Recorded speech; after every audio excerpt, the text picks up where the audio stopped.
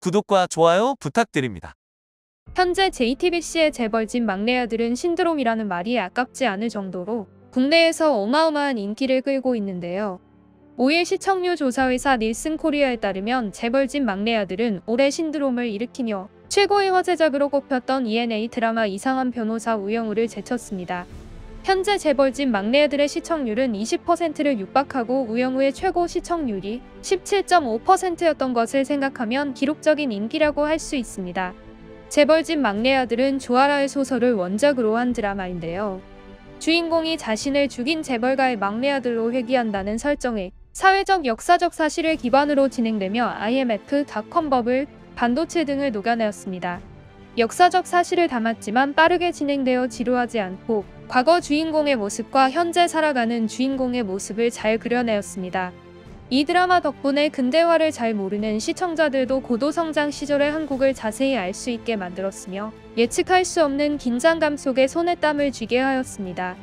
무엇보다도 가장 훌륭한 부분은 드라마에서 진양철욕을 연기하는 이성민 배우의 명연기였습니다.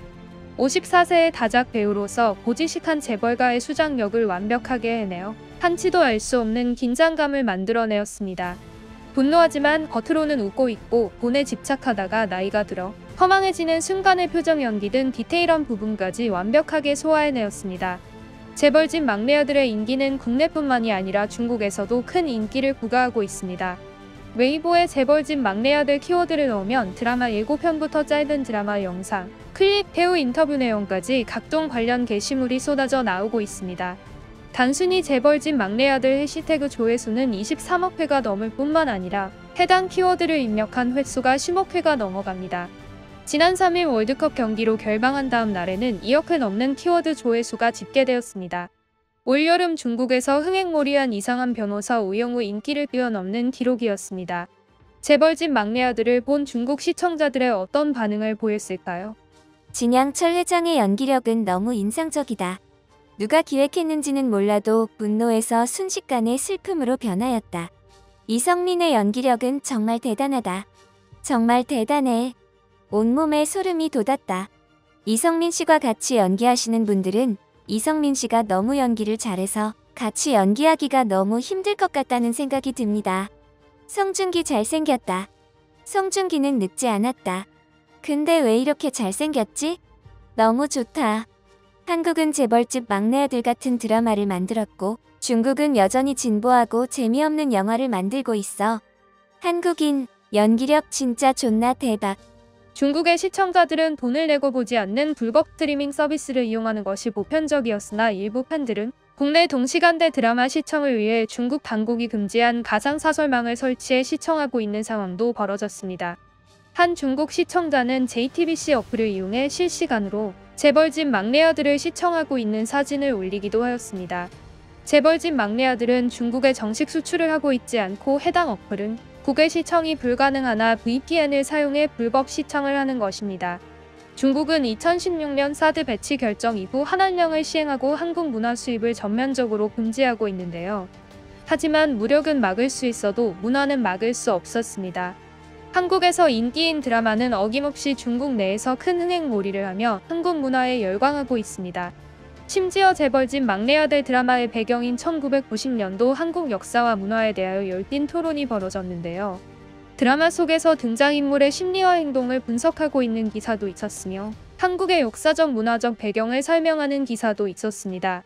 대부분은 찬사를 하였지만 중국의 시청자들 중 일부는 극중 남녀 주인공의 러브스토리에 대해 불만을 토로하기도 하였습니다. 남자의 입장에서 이야기를 하지만 TV 시리즈에서 많은 히로인 역할이 너무 갑작스럽고 전체 플롯과 호환되지 않아서 시청자들은 공감을 느낄 수 없습니다. 대체 이런 러브라인을 왜 넣었는지 정말 이해할 수 없다. 는 중국 기사가 올라오기도 하였습니다. 정식적으로 수출도 하지 않았지만 중국에서는 누구보다 먼저 한국 문화에 심취하고 있다는 것인데요. 하지만 수출도 하지 않았지만 중국인들이 영상을 보고 있는 것 자체가 문제였습니다. 재벌집 막내 아들의 제작비는 현재까지 352억이라는 어마어마한 금액을 소모하였지만 중국에서는 누구보다 많이 시청하면서 돈 한 푼 내고 있지 않다는 것입니다. 심지어 온라인 쇼핑몰에서는 불법적으로 재벌집 막내 아들의 영상을 판매하고 있는 경우도 보였습니다. 국내의 드라마가 돈 한 푼 받지 못하고 국외에서 판매되고 있는 실정에 한탄이 나오지 않을 수가 없었습니다. 특히 한한령이라는 이름으로 정식으로 소비하지 않고 불법적으로 한국 문화를 소비하는 것이 과연 중국의 의도인지 의심이 생길 수밖에 없었습니다. 2021년 국내 콘텐츠 산업 연간 매출액은 전년 대비 6.3% 증가한 약 136조 4천억 원으로 집계되었고 세계적으로 한국의 문화에 열광하고 있습니다. 하지만 중국만은 불법 유통 및 시청으로 큰 손해를 남기고 있을 것으로 예상되는데요. 중국과 수출하기로 계약하여도 이미 많은 양의 불법 영상들이 나돌고 있어 적정한 가격에 판매하기도 어려운 상황이 나오게 됩니다. 사실 중국의 K 콘텐츠 불법 유통은 끊이지 않고 문제가 되고 있었습니다. 지난해에도 넷플릭스가 정식으로 서비스가 되지 않는 중국에서 오징어 게임, 지옥, 킹덤 등 K 콘텐츠의 불법 다운로드가 성행해 논란이 된 적도 있었고 이번 해는 이상한 변호사 우영우와 재벌집 막내 아들이 피해자가 되었습니다. 배재대의 박성순 교수는 합법적 유통이 막혀 발생하는 당장의 손해보다 불법 유통이 만연해 생길 수 있는 한국 콘텐츠는 무료라는 인식의 확산이 더욱 큰 문제라고 우려를 표하기도 하였습니다. 김경태 한국방송협회 사무총장은 현재의 한중 상황에서 이 문제를 시장 사업자가 알아서 돌파하라는 것은 현실적으로 불가능한 상황이라고 진단하였고 한중 문화 교류로 질서 있는 소비를 이끌어내야 한다고 주장하였습니다. 한국과 중국의 교류 문제를 해결하고 더욱 많은 한국의 컨텐츠를 수출하였으면 하는 바랍니다. 또한 한국의 문화 콘텐츠가 세계적으로 큰 영향력을 가지는 만큼 세계 각국의 한국의 문화를 널리 알리는 기회가 되었으면 좋겠습니다. 이상 트렌드 이슈였습니다. 감사합니다.